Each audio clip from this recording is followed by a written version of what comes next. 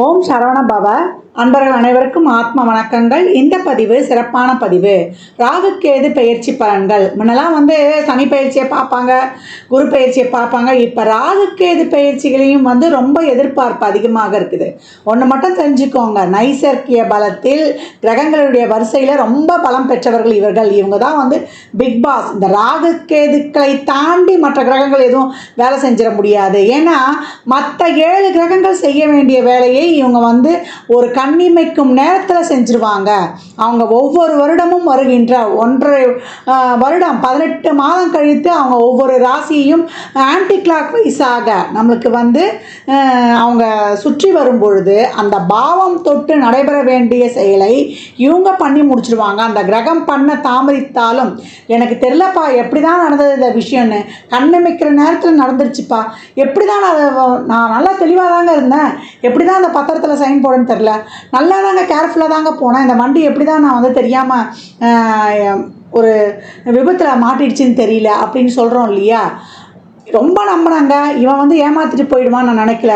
கொஞ்ச நேரத்தில் என் கண்ணை கட்டிடுச்சு, எப்படியோ என் கையில் இருக்க பணத்தை வாங்கிட்டு போயிட்டான், இல்லை என் கிட்ட இருக்கிற ஒரு பணம் களவு போயிடுச்சு, இப்படியெல்லாம் சொல்கிறோம். நம்ம ஒரு நல்லது திடீர்னு தெரில எனக்கு ஒரு பெரிய ஜாக்பாட் அடிச்சிருச்சு அப்படின்னு நம்ம எதிர்பார்க்காத நல்ல விஷயங்கள் நடப்பதற்கும் எதிர்பாராத ஒரு சாதகமற்ற விஷயங்கள் நடப்பதற்கும் இந்த ராகுக்கேதுக்கள் காரணமாகறாங்க.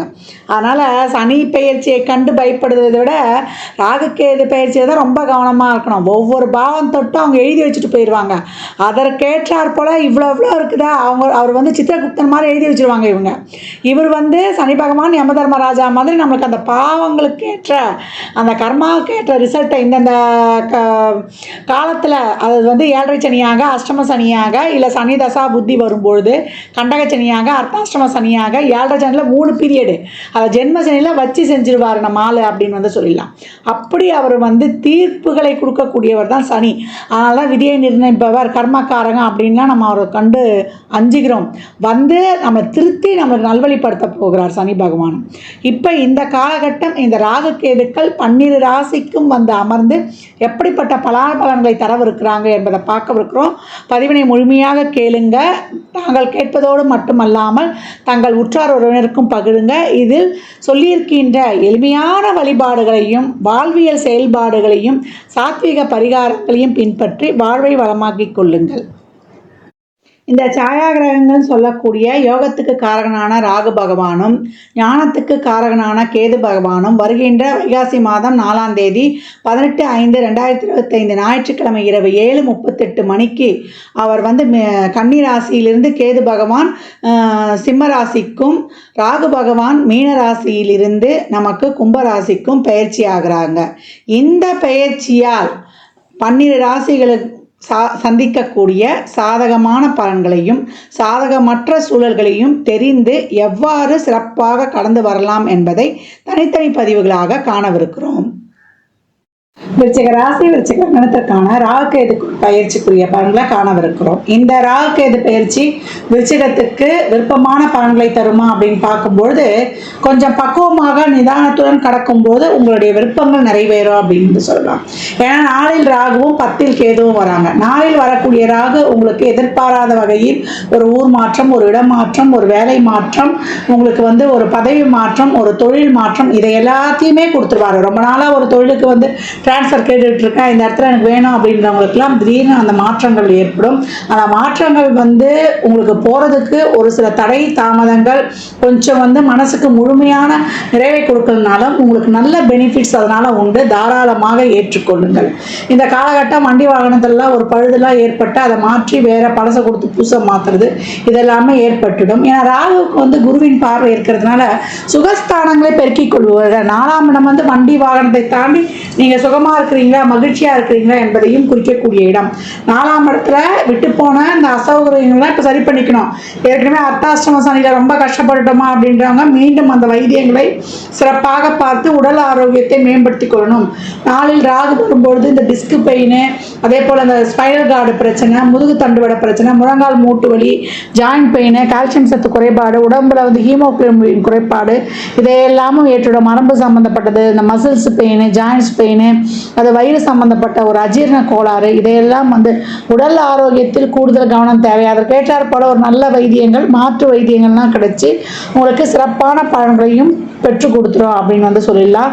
இந்த காலகட்டம் உங்களுக்கு கிடைக்கக்கூடிய பதவி உயர்வு வந்து ஒரு அதிகப்படியான பதவி இருக்கும், உங்களுடைய குவாலிஃபிகேஷனுக்கு மீறி இருக்கும் அப்படின்னு சொல்லலாம். அதனால தான் நாளில் ராகு வரும்பொழுது உங்களுடைய திறமைகளை உயர்த்தி கொள்ளும்போது தான் தொழிலில் நீங்கள் அசாதாரண வெற்றியை பெற முடியும் அப்படின்னு சொல்லலாம். 10ல் வரக்கூடிய கேதுவும் நம்ம ஒரு இதை வந்து ஆசைப்படுவோம். நம்மளுடைய 10ஆம் இடம் என்பது நம்மளுடைய பேர், புகழ், அங்கீகாரம், தொழில், நம்மளுடைய சக்சஸ்ஃபுல் சர்வைவல், நம்மளுடைய விருப்பம், நம்மளுடைய அடுத்த கட்ட நகர்வு, அதே போல் தீர்க்கமான ஆசை, நம்மளுடைய முயற்சி, இதெல்லாமே அத்தாரிட்டி, இதையெல்லாமும் குறிக்கக்கூடிய இடத்துல கேது வரும்பொழுது நம்மளுக்கு தொழிலை சார்ந்த ஒரு பயம், ஒரு கவலையெல்லாம் இருக்கும். இந்த காலகட்டம் நீங்கள் பொறுமையாக இருந்து யோசனை பண்ணாலே அது உங்களுக்கு சக்ஸஸ்ஃபுல் கொடுத்துரும். எதிர்பார்த்ததை விட ஒரு நீங்கள் எதிர்பார்க்காத ஒன்று கிடைக்கும் பொழுது மன விரக்தி அடையாதீங்க, அதை ஏற்றுக்கொள்ளுங்க. அதை ஏற்றுக்கொண்டு அதில் நீங்கள் மூவ் பண்ணும்பொழுது உங்களுக்கு வந்து நல்ல நாலேஜ் கெயின் ஆகும். இதை விட பெட்டராக இன்னும் வந்து சிறப்பான பல நன்மைகளை பெறுவீங்க. ஏன்னா 10ல் கேது நம்ம வந்து அனைத்தையும் சகித்து கொண்டு பொறுமையாக அதில் நம்ம வந்து இடைவிடாத முயற்சியை போட்டு நம்மளுடைய அறிவுத்திறமையை வெளிப்படுத்தும் பொழுது முன்னை விட ஒரு அசாதாரணமான வெற்றியை தரக்கூடிய இடமாகவும் அது காணப்படும் அப்படின்னு வந்து சொல்லலாம். நான் இவ்வளோ எஃபர்ட் போட்டேன், இதற்கான பலன் வந்து இப்போ கிடைக்கணும் அப்படின்னா வந்து நீங்கள் எதிர்பார்த்து காத்திருக்கக்கூடாது. உங்களுடைய முயற்சி, உங்களுடைய உழைப்பை போட்டுட்டு அடுத்த கட்ட நகர்வுக்கு செல்லும் பொழுது இந்த சாயா கிரகங்கள் உங்களுக்கு மிக சிறப்பான பலன்களை தரும் அப்படின்னு வந்து சொல்லலாம். அப்போ தொழிலில் நிதானம், பொறுமை, சகிப்புத்தன்மை, உங்களை நீங்களே வந்து அப்கிரேட் பண்ணிக்கொள்வது, உங்களுடைய அறிவு விருத்தி பண்ணிக்கொள்வது, எக்ஸ்போஸ் பண்ணிக்கொள்வது, அப்கிரேட் பண்ணிக்கொள்வது, புது புது விஷயங்களை கற்றுக்கொள்வதெல்லாம் ஆர்வம் அதிகம் இருக்கணும். தாயின் உடல் ஆரோக்கியத்தில் கவனம் தேவை. அதே போல் நம்மளுடைய உடல் ஆரோக்கியத்தில் மனசை வந்து ரொம்ப தெளிவாக வச்சுக்கணும். அதுதான் மெடிடேஷன், யோகாலாம் பண்ணும்பொழுது உங்களுக்கு மனசோர்வு இல்லைன்னா உடல் சோர்வு ஏற்படாது. இந்த காலகட்டம் வந்து மௌனம் சர்வார்த்த சாதகம். எவ்வளோக்கு எவ்வளோ மௌனமாக இருந்து நீங்கள் வந்து உங்கள் வெற்றி பாதையை நோக்கி போகிறீங்களோ, நிறைய தடை தாமதங்கள் வந்தாலும் அதை கடந்து நீங்கள் வெற்றி பெறுவீங்க. கலைத்துறையாகட்டும், அரசியல் துறையாகட்டும், உயர் பதவிகளில் இருக்கிறவங்க, ஒரு அதிகார பதவியில் இருக்கிறவங்களாம் ரொம்ப கவனமாக இந்த காலகட்டம் இருக்கணும். உங்கள் வாய் வார்த்தையில் கவனம் வேணும். தேவையில்லாத வார்த்தையெல்லாம் விட்டுட்டிங்கன்னா அது உங்களுக்கு பின்னாளில் மிகப்பெரிய பிரச்சனையை எடுத்துக்கொண்டு வந்துடும். அதே போல் பயணங்கள்லையும் கொஞ்சம் கவனம் இருக்கும். இரவு நேர பயணங்களில் தேவையில்லாமல் வந்து நம்ம பயணங்களில் வந்து மேற்கொள்ளக்கூடாது. பயணங்களில் கவனம் தேவை. அதையும் வந்து இந்த கிரகங்கள் சுற்றி எதிர்பார்க்காத நேரத்தில் நடந்துருச்சுன்னு சொல்லுவோம் இல்லையா, அதனால் டிரைவிங்கில் வந்து ரொம்ப கவனமாக இருக்கணும். ஒரு மின்சார சம்மந்தப்பட்ட விஷயங்களில், நம்ம பயணங்கள்லன்னு சொல்லியாச்சு. இந்த காலகட்டம் வயதானவர்கள் ரொம்ப ஒரு உணவு விஷயங்களில், நீங்கள் எடுத்துக்கொள்கிற சாப்பாட்டில், உங்களுடைய தண்ணியில், உங்கள் சுகாதார விஷயங்களில், ஐம்புலன்களால் வந்து நம்ம எந்த ஒரு என்ன சொல்கிறது உணர்ச்சி பூர்வமாக நம்ம ரியாக்ட் பண்ணிடக்கூடாது. பொறுமையாக இருக்கும்பொழுது எவ்வளோ வித பிரச்சனைகள்லையும் நம்ம சமாளித்து கொண்டு வந்துடலாம். இந்த காலகட்டம் வந்து ப்ளஸ் ஆர் மைனஸ் வந்து உங்களுக்கு கடந்தே வருவீங்க, கலந்து வரும். நல்லது தான் நடக்கும், கெட்டது தான் நடக்கும் அப்படின்னு கிடையாது. இந்த சர்ப்பகிரக பயிற்சி உங்களுக்கு நிறைய ஒரு தடைகளை, தாமதங்களை கொடுத்து, பிரச்சனைகளையும் கொடுத்து உங்களுக்கு அதை நிவர்த்தியும் பண்ணும். ஏன்னா குருவின் பார்வை இருக்கிறதுனால தொழில் செய்கிற இடங்கள்ல ரொம்ப பொறுமை, மேலதிகாரிகளை அனுசரித்து செல்வது, இதுவும் இந்த காலகட்டம் தேவைப்படுகிறது அப்படின்னு வந்து சொல்லிடலாம். தொழில் சார்ந்த விஷயங்களில் புது புது விஷயங்களையும் நம்மளுடைய திறமைகளையும் நம்ம வளர்த்து கொள்ளும் பொழுது அதில் நம்ம வந்து மிக சிறப்பான வெற்றியை பெறுவது உறுதி. விருச்சிக ராசி லக்னக்காரர்களுக்கு தொழிலில் வந்து நிறைய மாற்றங்களும், சுகஸ்தானத்தை பெருக்கிக் கொள்வதிலும், வெளியூர் பயணங்களிலும், பிரயாணங்கள் மூலம் ஆதாயம் அனுகூலம் இருந்தாலும் அனைத்து வகையிலுமே ஒரு சின்ன சின்ன பிரச்சனைகள் இருந்தால் அதையெல்லாம் நிவர்த்தி செய்து அதிலிருந்து கடந்து வரும்பொழுது எதுவாக இருந்தாலும் ஏற்றுக்கொள்ளுங்க. இதுதான் வேணும்னு அந்த இடத்துல வந்து பெரிதும் எதிர்பார்க்கக்கூடாது. நமக்கு கிடைச்சது இதான், இதுலேருந்து நம்ம கிடைச்சதுல என்ன பாசிட்டிவ் இருக்கோ அதை அக்செப்ட் பண்ணி நம்ம போகும்போது நம்மளுக்கு மிகப்பெரிய ஒரு அசாதாரண வளர்ச்சியை இந்த சர்ப்ப கிரகங்கள் கொடுத்துரும். விருச்சகம் இந்த காலகட்டம் வந்து வியாழந்தோறும் மகான்கள், சித்தர், ஜீவசமாதி வழிபாடு பண்ணுவது, சர்ப்ப கிரக கோயில்களுக்கு வழிபாடு செய்வது, மெடிடேஷன், யோகா, தியானம், இதுதான் உங்களுக்கு வந்து அருமருந்து. அன்றன்றைக்கு ஏற்படக்கூடிய தேவையில்லாத விஷயங்கள்லாம் கலைந்து விடுங்க. உங்கள் மைண்டை வந்து கிளியராக தயாராக வச்சுக்கோங்க. சஷ்டி கவசம், அதே போல் வேல்மாறல், விஷ்ணு சஹஸ்ரநாமம் இதெல்லாம் கேட்டுக்கொண்டு வரும்பொழுது, விநாயகரின் காரிய சித்தி மாலை கேட்டுக்கொண்டு வரும்பொழுது உங்களுடைய முயற்சிகள் சிறப்பாக பலிதமாகும். காலையில் எழுந்த உடனே முதல்ல 21 தோப்பு கரணம் போட்டுருங்க. தோப்பு கர்ணம் உங்களுக்கு அனைத்து வித தடைகளையும் நீக்கி உங்களுக்கு வெற்றி வாய்ப்பை விரைவில் கொண்டு வந்து கொடுக்கும்னு சொல்லலாம். 40 வயதுக்கு உட்பட்டவங்க, 50 வயதுக்கு உட்பட்டவங்க அப்படின்னீங்கன்னா கிழக்கு முகமாக, 50 வயதுக்கு மேற்பட்டவங்கன்னா வடக்கு முகமாக இருந்து இந்த தோப்பு கர்ணத்தை போடணும். அதெல்லாம் சூப்பர் பிரெயின் யோகா அப்படின்ட்டு, சூப்பர் பவர் யோகாவாக அதெல்லாம் கனெக்ட் பண்ணிட்டாங்க.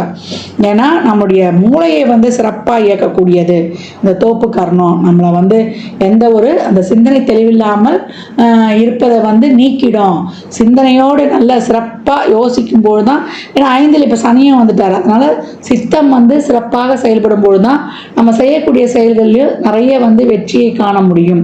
மாணவர்கள் இந்த காலகட்டத்தில் நிறைய எஃபர்ட் போடணும். அவங்களுக்கு ஒரு காம்படிட்டிவ் எக்ஸாமாக இருக்கட்டும், இல்லை உங்களுடைய என்ட்ரன்ஸ் எக்ஸாமாக இருக்கட்டும், எல்லாத்துலேயுமே கூடுதல் முயற்சி, விடாமுயற்சி உங்களுக்கு விஸ்வரூப வெற்றியை பெற்றுத்தரும்.